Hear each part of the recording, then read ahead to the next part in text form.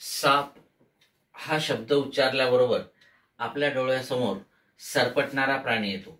हा अर्थ व्यक्त करण्याच्या शब्दातील शक्तीला काय म्हणतात? बघा, ज्यावेळेला आपण साप म्हणतो ना, तर साप म्हटलं की आपल्यासमोर सरपटणारा प्राणी येतो. वाघ सिंह येत नाही, साप म्हटलं की सरपटणारा प्राणी, बरोबर आहे ना. आणि मग ही ती या शब्दाची शक्ती आहे की साप म्हटल्याबरोबर आपल्या डोळ्यासमोर साप येतो. ठीक आहे, ही शब्दाची शक्ती जी आहे तिला अभिधा म्हणतात. काय म्हणतात? अभिधा. ठीक आहे, अभिधा शब्दशक्तीमधून मूळ अर्थ व्यक्त होत असतो.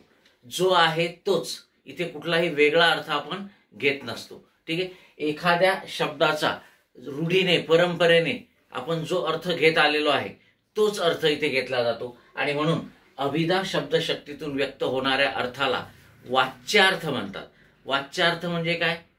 उघड उघड अर्थ. ठीक आहे तो अर्थ, त्याला मूलार्थ असं सुद्धा म्हणतात. लक्षात आलंय का?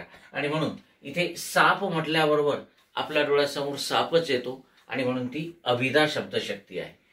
Okay, yes.